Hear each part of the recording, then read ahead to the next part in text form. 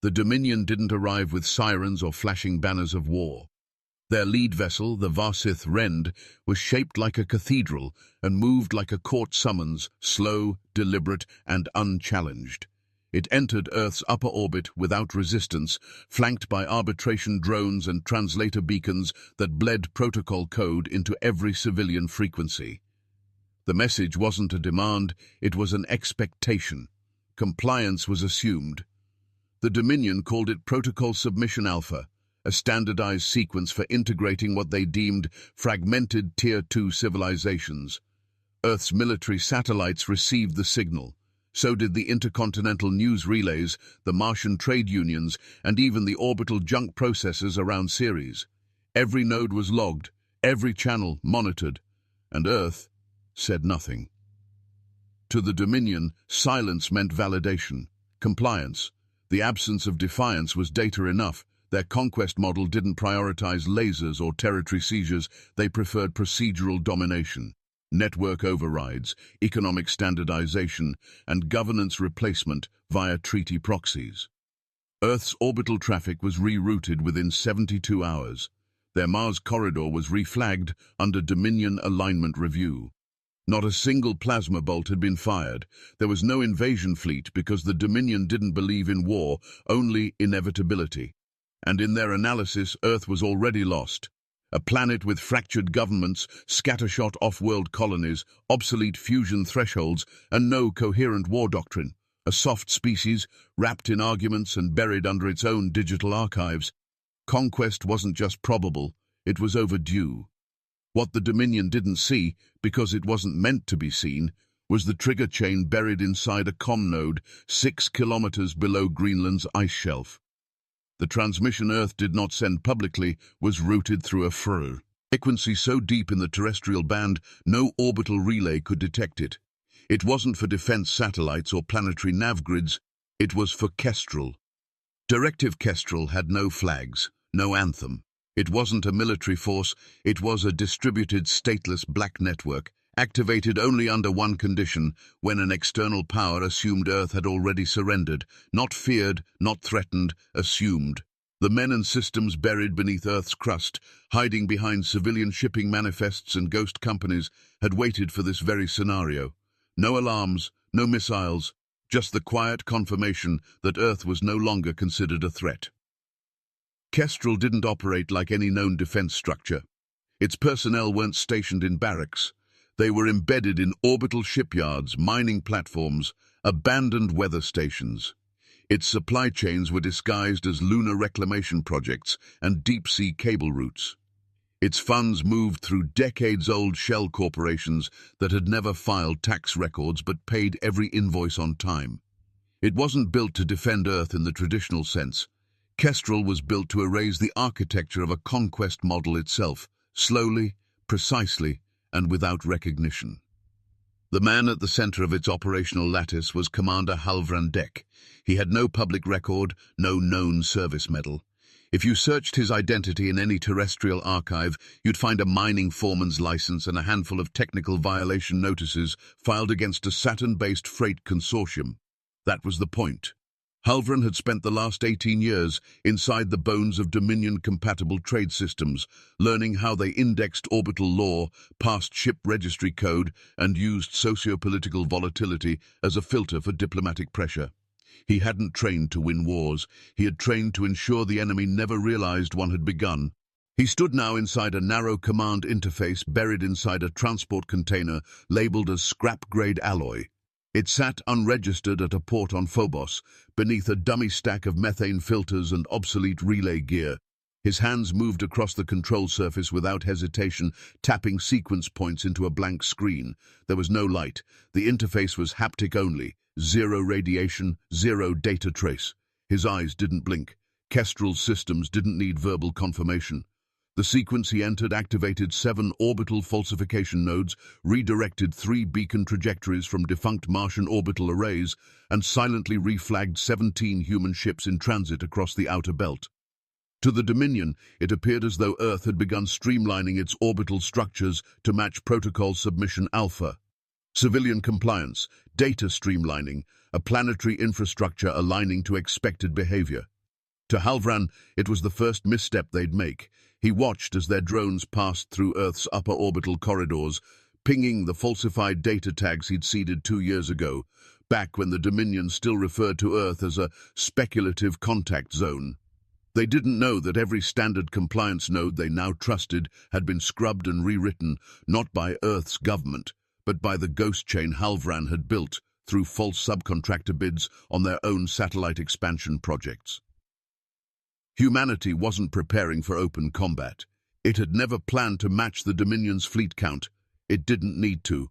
Earth had studied the Dominion's doctrine for decades. Their obsession with structure, their over-reliance on prediction models, their blind faith in procedural escalation. Halvran's job wasn't to fight them head-on.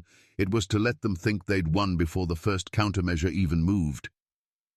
Back on Earth, news stations discussed play, Netary unification treaties, and the benefits of Dominion trade integration. Academics debated the ethics of cultural compatibility assessments. Civilian networks buzzed with simulated relief, spun by preceded accounts and media liaisons who didn't know they were reading from old scripts. The Dominion's monitors confirmed what they wanted to see, a species too slow to react, too divided to resist. Meanwhile, Halvran leaned back in the silence of the container bay, his eyes closed. The Dominion's playbook was unfolding exactly as expected. They thought Earth was yielding. They were right. Earth had already yielded its visibility, not its freedom, not its fire, just its ability to be tracked. They would walk across the field thinking it theirs, never realizing the grass beneath them wasn't real. Earth had no superweapon, no hero fleet, no dramatic last stand.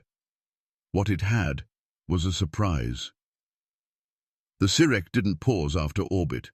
That had only been their introduction. Within 4 days, they had deployed arbitration vessels into Mars's exosphere and broadcast jurisdictional claims over the Martian belt. Their relay drones formed a synchronized grid stretching from Phobos to Deimos, mapping out a control net that redirected Terran cargo lanes to authorized vectors. Trade shipments from Ceres were halted mid-transit. Registry pings from lunar logistics hubs were overwritten with Dominion-issue authorization codes. There was no violence, only reclassification. Earth's commercial satellites received the new parameters and, under quiet orders from the Planetary Council, confirmed the Dominion's updates without challenge. Everything remained quiet on the public surface. News anchors nodded through segments on cooperative resettlement strategy and the benefits of interstellar procedural integration. The Dominion watched Earth nod and mistook the nod for surrender. On the floor of Kestrel's silent operations grid, Halvran Dek watched Dominion routing bots slice through Terran shipping channels like wire through warm metal. There was no protest from the council chambers, no outcry from the Martian colonies. That silence wasn't weakness, it was insulation, it was clearance. As Dominion Command rerouted civilian logistics, Halvran input a secondary trigger chain. It was not a defensive maneuver, it was a broadcast override. The project was called Mirage, and it was simple in theory, but brutal in consequence. At orbital level, the Dominion relied on standardized traffic analysis, telemetry packages, identity beacons, radiological signatures. Halvran fed it what it wanted: convoys, emergency relocations, power downs, environmental stress protocols, all fake. Every ship that left Earth's atmosphere over the next 72 hours was flagged as a refugee vessel. Their propulsion trails were clean. Their heat signatures matched panic launches. Bioscanners showed evacuees. Earth spaceports even staged broadcasted departures. Families boarding cryopods, officials shaking hands with Dominion envoys. None of it was real. The ships carried no passengers. Their biosignatures were cloned from archived migration scans. The thermal trails were looped recordings. Onboard systems ran silent except for the pre-encoded telemetry blips designed to fool Dominion tracking. The Dominion, ever confident in their monitoring systems, flagged the convoys as compliance markers. The humans, they concluded, were evacuating voluntarily. Earth was bending to the program. The AI aboard the Varsith Rend tagged the convoys as high-priority humanitarian exits and recommended no interference. Meanwhile, Halvran activated something far from humanitarian. 73 light minutes from Earth, buried beneath ionized ice within Saturn's B ring, Anchor Station 12 came on Lee. It didn't broadcast, it didn't ping, it didn't register on any spectrum. It powered up using internal thermal decay units built into the surrounding ice strata. Kestrel agents had buried its construction over a 20-year smokescreen, documented as a failed weather monitoring project under a defunct European aerospace agency. Its exterior modules were encased in rock and dust layers, engineered to mimic ring debris. Internally, Anchor Station 12 was a fortress, housing distributed targeting relays, AI lattice nodes, and the long-dormant nerve core of Project Rift. No one in the Dominion ever looked there.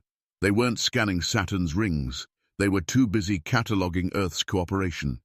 They believed the humans were fleeing, that Earth was collapsing under its own uncertainty.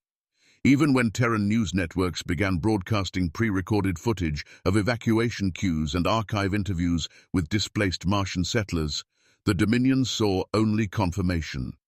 The humans were scattered, scared, and, importantly, predictable. On Mars, Dominion patrol drones patrolled the belt with procedural precision. They never strayed far from their plotted routes. They didn't interrogate anomalies. Why would they? Every variable aligned with the models. Earth's orbital defenses hadn't activated. Terran warships hadn't moved. Even the lunar ports were powering down. In Dominion doctrine, there was no scenario in which a species under procedural occupation could coordinate subversion under such pressure. The compliance graph was clean. They chalked it up to a soft civilization that preferred survival to resistance. In truth, Earth had nothing to survive yet. It had merely stepped off the stage. The convoys were running loops between pre-arranged orbital points, visible but unreachable. Anchor Station 12 remained dark, and beneath Ceres, a set of pre-coded communications pings were rewriting identity tags on every Kestrel-linked ship drifting in the outer belt. Not warships, not flagged vessels, just ore transports, debris haulers, abandoned fuel depots. The Dominion's audit systems categorized them as low-threat, low-yield industrial refuse.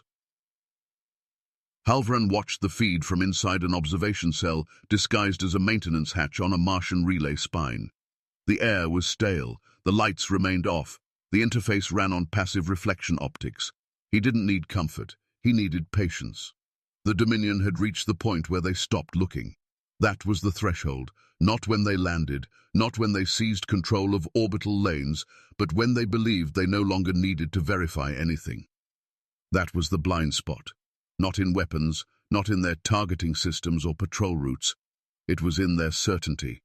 Certainty that humans had followed every step they were expected to, that Earth's compliance meant conquest was complete, that nothing unexpected would emerge. The Dominion didn't know what Halvran had buried. They didn't know what was waiting in the rings of Saturn. They thought Earth's convoys were fleeing. They didn't realize they were being watched from below the ice, from inside the dark. And they didn't realize that one of those convoys wasn't a decoy at all, but the first return vector, already looping back toward Earth on a trajectory no Dominion satellite would recognize. It carried no weapons, no flags, just silence, and the final trigger code for what came next. The Dominion didn't feel it yet, but the countdown had already begun. The strike began at 0322 UTC. 12 Dominion fire platforms operating under coordinated node sync opened beam arrays across a precisely triangulated lunar segment. The order had been authorized less than 5 minutes earlier by a Sirek fleet coordinator who believed he'd uncovered Earth's central nerve. Tycho Base, long dormant on public planetary records, had shown a recent uptick in encrypted data pulses. Dominion analysts matched the frequency shifts to what they assumed were deep command relays, a planetary fallback system perhaps hidden in the old base's subterranean levels. It fit their model. Earth had appeared compliant, but even compliant species clung to old shelters. They saw it as the final resistance node. A quick cut, no reply, no escalation. Tycho's surface was gone in 12 seconds. The beams didn't pulse. They sliced. The impact vaporized the upper dome, shredded subsurface tunnels, and shattered every sensor mast across a 100-kilometer radius. Selenite dust vented high into lunar orbit. Dominion AI monitors recorded full structure collapse. Thermal scans confirmed no biosigns. The operation was clean, efficient, a kill stroke. But inside Anchor Station 12, Halvran Dek didn't flinch. He watched the data feed with passive detachment, the blast signatures playing across a muted display buried 3 layers beneath the ice. Tycho Base hadn't housed a single human in over a decade. The Dominion had struck a holographic echo built for exactly this purpose. The activity they had detected was a looped output sequence embedded into old seismic buffers. Halvran had personally overseen the faked thermal profile installations and false life sign stencils 7 years ago, just before the final Kestrel Council went dark. Earth had not only expected a surgical strike, it had engineered the target. While Dominion officers celebrated their precision, Halvran's fingers moved across the control lattice in sequence, each pressure mark triggering subroutines buried in storage cores across the Jovian frontier. The ice around Ganymede didn't crack, didn't glow, didn't pulse with weapons heat. It simply shifted. Slowly, without sound, sealed panels opened beneath layers of crust and frost, revealing arrays of dormant relay arms and dry-sealed power cores. In staggered increments, dark batteries pulsed back to life, routing instructions outward towards civilian-flagged ore transports drifting far beyond any orbital lane the Dominion still tracked. Those ships were not war-class. Their names were pulled from Earth's outdated mining registries. Their hulls were scuffed. Their heat radiators were mismatched. Dominion inspections had cleared them for years because nothing about them had ever appeared abnormal. Dominion border controllers had filed routine entries for dozens of them, approving cargo manifests that listed common nickel isotopes, hydrocarbon waste, and processed ore dust. Even the power curves were tailored to match degraded civilian propulsion systems. But inside their midship compartments, masked behind false storage casks and synthetic radiation blooms, each vessel held a different truth. Dormant drone matrices, cooled to ambient until now, began to cycle. Remote control cores synced with long-dormant quantum-link anchors buried in Saturn's outer moons. Gravity tile arrays embedded in what looked like stabilizer plating began to hum, not with power, but with active load conditioning. They didn't need to light up. They needed only to shift weight, to reformat how the ships moved, turned, aligned, and slipped between fields. Each ship underwent its transformation in complete silence. No broadcast pings, no thermal flares.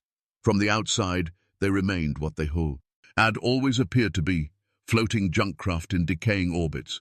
But within each hull, embedded Kestrel units moved. No synchronized comms, no linked displays. They didn't need to talk. Their actions were pre-scripted to adjust according to onboard latency tolerances. Each agent knew their sequence, the shifts in cabin gravity, the light flickers, the cascade timing of each relay warming up. It wasn't a fleet, it was a clock. When the reconfiguration reached its final phase, the ships no longer resembled ore haulers, but they still looked like ore haulers to Dominion scans. That was the point. The outer hulls hadn't changed, the data signatures hadn't altered. What had changed was internal. Movement efficiency by 38%, hull folding vectors rewired for adaptive glide, forward systems optimized for silent interception.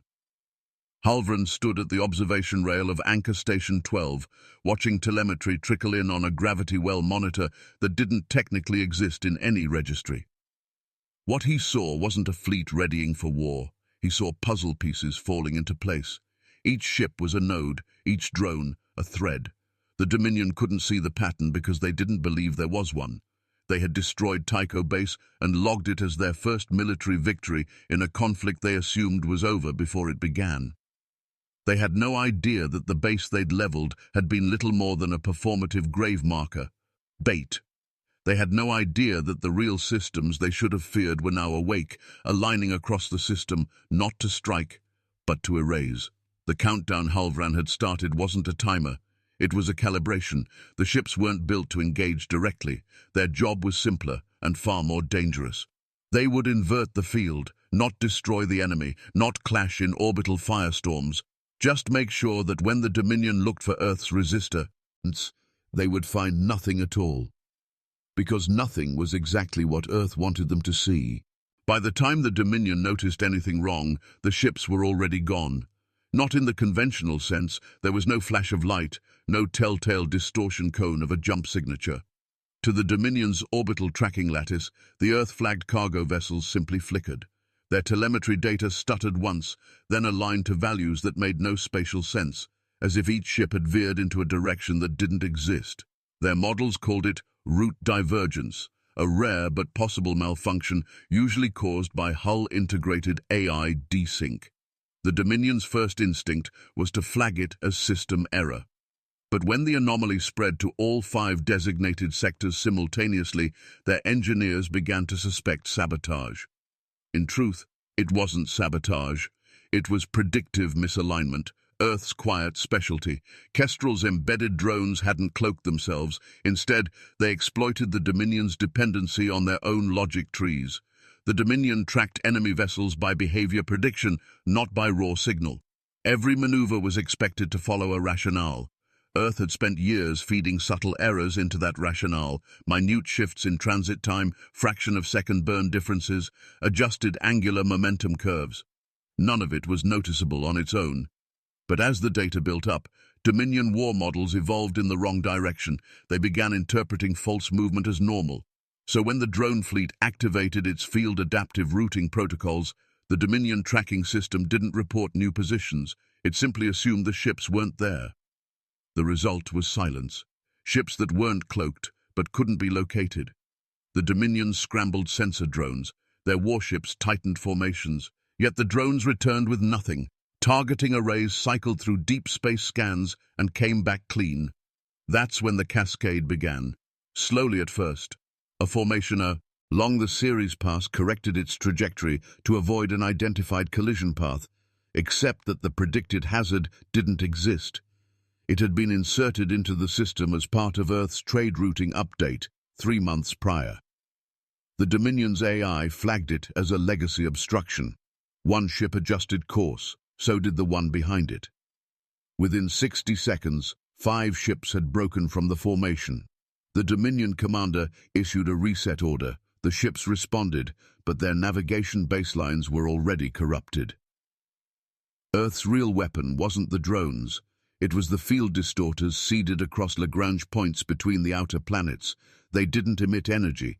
They didn't pulse or disrupt communications. Instead, they gently warped local gravity curvature, enough to cause minute inconsistencies in ship alignment, just enough to make a sensor bounce incorrectly, enough to make a targeting relay aim 5 degrees off.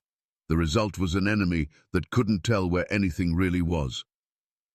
The Dominion ships began firing, not at targets, but at ghosts. Phantom echoes of heat blooms, residual trails built from mirrored sensor data. The more they fired, the more the system reinforced the pattern. It became a feedback loop. Every shot confirmed the false readings. The AI began to panic, not overtly. Dominion systems didn't scream alarms. Instead, their fallback protocols quietly activated. Emergency repositioning orders were issued to multiple clusters. Those instructions were pulled from automated threat tables, last updated 4 cycles ago. Earth had long since corrupted those tables using code embedded in Dominion civilian trade updates, specifically in format patches submitted through a logistics partnership with one of Earth's supposedly independent mining firms. The error went unnoticed because it didn't trigger immediately. It only activated when fallback routines engaged. Now, it was too late. The Dominion's largest support carrier, Orvan Trist, registered collision hazard alerts on 3 vectors and initiated a blind jump to its own pre-approved safety coordinate. That coordinate led it into the outer corridor of Eo's magnetic trap. The system was known, but rarely traversed due to field density. Orvan Trist emerged from its jump into a shear zone it wasn't shielded for. Its engines buckled within 8 seconds. Hull stress alarms went off, followed by cascading magnetic interference that shorted its navigational core.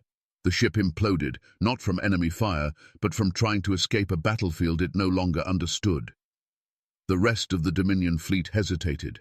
For the first time since their arrival in Sol, command signals began to fragment. Units stopped responding in sync. Relay ships issued new positional checks that contradicted prior alignment data. AI conflict management systems struggled to reconcile the variants. Crews were instructed to hold fire until target confirmation could be re-established. But no confirmation came. There were no visible enemy formations, no known positions, just glitching indicators, looping thermal echoes, and the growing realization that none of their maps were reliable. Back on Anchor Station 12, Halvran Dek activated the final phase without fanfare. No speech, no flare of pride, just a single confirmation pulse passed into the system via a closed-loop command node. The signal reached the drone carriers now dispersed across the system. It didn't trigger a strike, it triggered erasure. One by one, the carriers executed phase null, full-spectrum signal cutoff, ID signature wipe, and AI cold reboot with a randomized drift pattern. From that moment forward, they weren't ships, they were debris. The Dominion had no enemy to fight. There was no formation to pursue, no return fire to interpret, only malfunction, only failure, only drift. And in that failure, they finally understood. They hadn't entered a war. They had wandered into its ruins. The Dominion's command net had always been its pride. Interlinked, auto-balancing, decision forward, it didn't just relay instructions, it calculated outcomes, refined chain-of-command latency, and delivered predictive alignment across vessels, even in deep gravity wells. That net had held together for centuries, weathering solar flares, piracy conflicts, and rogue AI drift in the outer fringes of collapsed sectors. But it had never faced an enemy that didn't try to break it. Instead, Earth simply rewrote its logic until it no longer recognized itself. Phase null began with a courtesy transmission.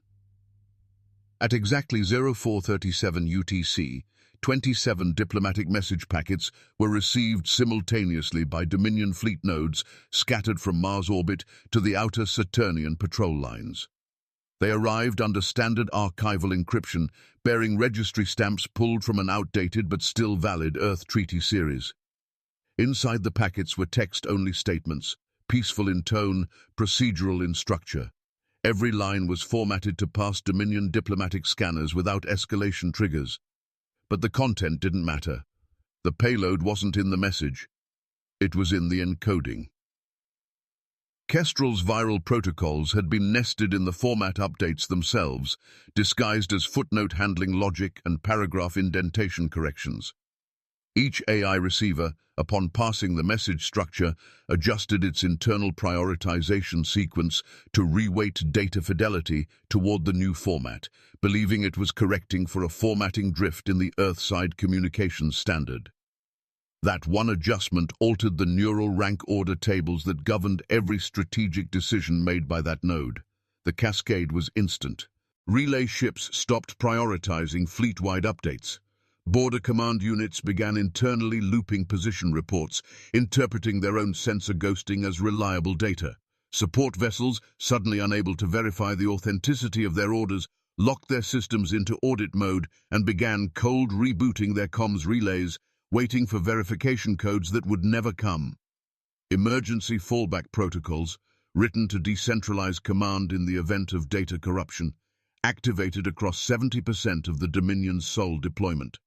But those protocols had been contaminated as well, months earlier. Through minor software updates, the Dominion had willingly pulled from Earth's trade system to improve shipping compatibility. By 0512 UTC, the Dominion's Sol sector command structure no longer existed. Not in the way it had 5 hours earlier. There were still ships, still officers, still weapons systems at full readiness, but no coordination, no syncing, no time-aligned firing grids, no shared tactical overlays. One ship's maneuver was now another ship's hazard. Status checks sent out were answered hours late or not at all. Engagement logs didn't match from one unit to the next. Some crews were convinced Earth had jammed their systems. Others thought the Dominion's warnet had been hacked. A few whispered that Earth had built a weapon that targeted minds, not machines. None of them had any proof. There had been no attack, no declaration, no kill count, just silence. The Zethar Van, a Dominion patrol dreadnought assigned to Saturn's L4 relay, drifted off course for over 90 minutes before its captain manually deactivated the last remaining AI command routine and ordered the ship's engines cut. Without verified trajectories, every movement became risk. Without shared targeting confirmation, firing meant friendly fire. They shut down weapons. They turned off the signal bridge. And then they waited. Across the sector, hundreds of Dominion officers followed suit. Not because they were defeated, but because they no longer trusted their own systems. Orders from higher command were suspected of being corrupted. New directives were viewed with quiet dread. Comms were increasingly silent, not jammed, just empty. Earth hadn't pursued a single ship, hadn't fired another shot. No Terran vessels had appeared in formation, no announcements, no ultimatums, only absence. And that absence became unbearable. Dominion Tactical Command, still semi-operational in a distant outpost beyond Neptune's influence, attempted to issue an emergency ceasefire signal. It was transmitted 3 times across what was left of the relay net, addressed to any Terran authorities still listening. The message was standard: a pause in hostilities, a request for negotiation. There was no reply. The Dominion's diplomatic channels fired another volley of messages into Sol, each more desperate than the last. One ship even broadcast an unencrypted statement on all open civilian channels, asking for confirmation that Earth's leadership had survived the previous week's strike on Tycho. The only response came from Earth's orbital maintenance network, an automated reply noting that the requested channel was deprecated and no longer in service. In the capital chambers of the Dominion's Galactic Administrative Hub, advisors began requesting an operational review. Tactical officers found themselves unable to explain what had occurred. There had been no battle, no theater of war, and yet a fleet had collapsed. Not from loss of life or ship integrity, but from an unseen shift in functional structure. A fleet that still existed physically was now functionally inert. Galactic observers from trade consortia, neutral intelligence groups and policy arbiters began issuing classifications, but none fit. This wasn't an insurgency. It wasn't an escalation. It wasn't even sabotage in the traditional sense. What happened in Sol wasn't an act of aggression. It was something colder, smarter, surgical. It was a kill switch made from trust. And when the signals died, so did the illusion of control. The Ganymede corridor was quiet when Halvrandek returned. Not the vacuum silence of space, but something older, purpose-fulfilled. Anchor Station 12 had already begun to shut itself down. Lights dimmed in sequence, systems folded into redundancy, thermal exhaust vents cooled without command. No celebratory banners, no flashing indicators. The war, if it could be called that, was over, and the station knew. Halvran walked through the long access tunnel, stepping over loose cabling and decommissioned drone brackets, his boots the only sound on metal that had never been walked by anyone else. He entered the command chamber alone. The interface pad at the far end blinked twice, awaiting the final signal. Not confirmation. Closure. Halvran didn't hesitate. He laid his palm on the surface, felt the pulse recognition confirm his identity. The system didn't ask for more, it simply accepted his return. On the screen, the final engagement record appeared. Duration, 9 hours, 37 minutes. Hostile fleet loss, 78%. Shots fired, 11. All 11 had come from automated point defense turrets reacting to drift hazards. No direct offensive strike had ever been authorized. That number would be the closest thing to a record Earth would keep. Halvran didn't export it. He didn't transmit it to any planetary archive. He logged it internally, then sealed the file under a one-generation lock. The next time anyone would see it, he'd be long gone. Outside the Sol system, the fallout had already begun. The Dominion held emergency tribunal hearings 3 days later. The galactic feed didn't show the destruction of ships. It showed senior commanders being stripped of rank. Officers stood before inquiry panels, forced to explain how a compliant Tier 2 species had dissolved an entire operating fleet without force projection, without detectable fleets, without triggering formal battle status. They had no answer. Charts didn't explain it. Logs contradicted each other. Some captains reported Earth had launched a digital attack. Others insisted it was a form of perception warfare. One engineer claimed Earth had never truly surrendered control of its systems. They'd just hidden the structure deep enough no Dominion code could detect it. None of the explanations held. The only clear result was procedural collapse. The Dominion had been forced to ground entire routing sectors to audit their own AI logic branches. Hundreds of commercial fleets were placed on hold. Civilian transport firms refused to enter Sol-adjacent sectors. Strategic analysts began replacing Sirec navigation with Earth-developed pathing software. Within a week, 3 major trade guilds reallocated funding for diplomatic AI oversight, not to the Dominion, but to Earth. And Earth? Earth said nothing. There were no declarations of victory, no news conferences, no diplomatic parades. The planetary broadcasts remained unchanged. Local debates, civic programming, music archives. When asked about the Dominion's collapse in Sol, the planetary spokes unit issued a standard placeholder response.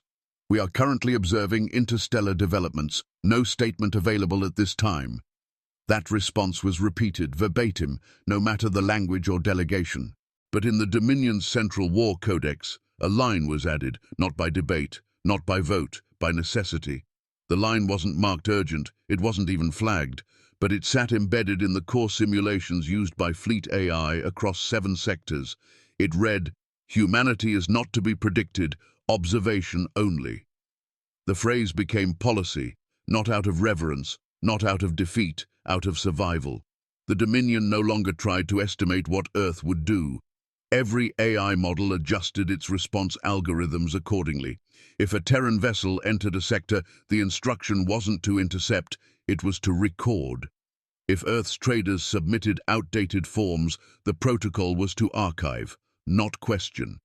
Because the Dominion had learned something their models had never accounted for. Prediction was a vulnerability, and Earth had weaponized it.